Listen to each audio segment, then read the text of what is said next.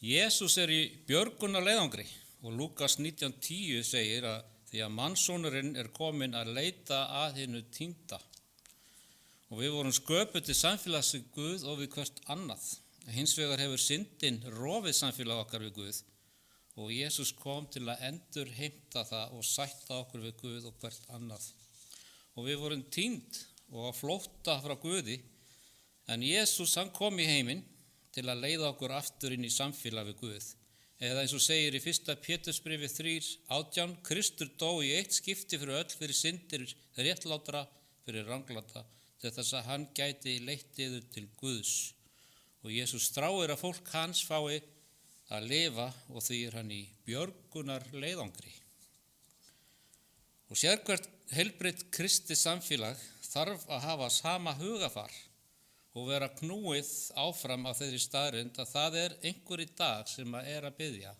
Guð, ef þú ert raunverulegur, sendu einhver til að hjálpa mér. Og á dögum Jesú stóð hann frammi fyrir trúarleiðtogum sem sögðust elska Guð en voru áhugalausir og létu sér ekki annt fólk. Og dag einn til að sýna að fólk skiptir Guði máli, þá gaf hann þeim 3 dæmisögur til að kenna þeim lexíu. Og þessar sögur eru hrífandi vegna þess að þær minna okkur á hvernig Guð sér fólk sem hefur fjarlægst hann. Og í hverri sögu eitthvað dýrmætt, eitthvað sem týnt. Fyrsta sagan fjallar týndan sauð og næsta saga týnda drökmu og síðasta sagan fjallar týndan son. Og í hverri sögu vantaði eitthvað afar dýrmætt. Hvað segir það okkur? Það segir okkur hvernig Guð umhugað hverja manneskju. Það sér hver manneskja skiptir Guði máli og til að orða það öðruvísi, þú hefur aldrei séð manneskju sem skiptir ekki máli fyrir Guð. Sama hvernig húðlitur þeirra hvar þeir eru aldir upp, menntun, bakgrunnur, hversu góðir eða slæmir þeir eru eða hafa verið, hversu siðferðislegir eða siðlausir, hversu trúræktir eða trúlausir. Allt fólk skiptir Guði máli. Og það segir okkur líka að fólk sé týnt og okkur líkar ekki að hugsa okkur sjálf eða aðra sem andlega týnd. Mörgum gæti fundist það jafnvel vera móðgandi. En þetta eru orðin sem að Jesús notaði og þó að við séum dýrmæt í augum Guðs, ef ekki væri fyrir björgunarstarf Krists, þá erum við týnd. Og Efesusbréfið 2:12 segir að án Krists erum við vonlaus og guðvana í heiminum og því miður eru margir þar og vita ekki að þeir eru týndir. Og þeir vita ekki hvert þeir eiga að fara. Þeir vita ekki hvernig þeir eiga nálgast Guð og þeir villast langt frá Guði og þannig sér Guð okkur þegar við erum aðskilin honum, ómetanlega dýrmætt en týnd.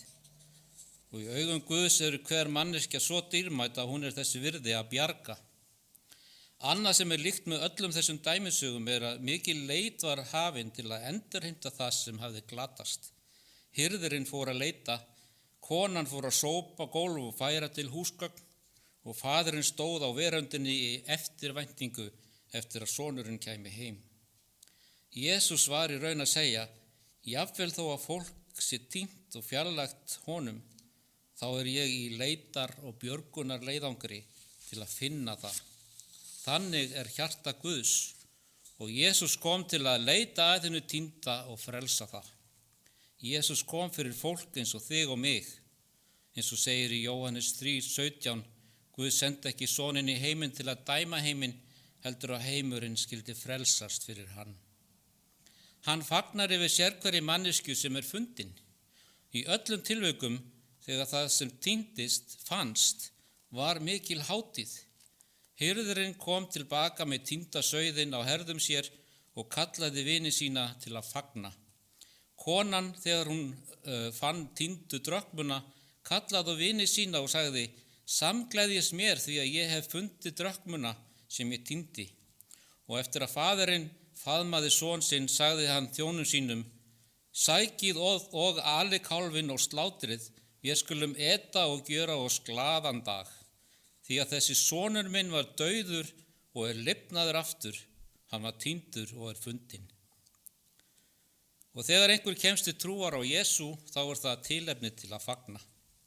Þannig sér Guð alla sem eru fjarlægir honum og þannig vill hann að við sjáum annað fólk í kringum okkur, dýrmætt, verðugt að vera bjargað, verðugt að fagna, sama hverjar kringumstæður þeirra kunna að vera.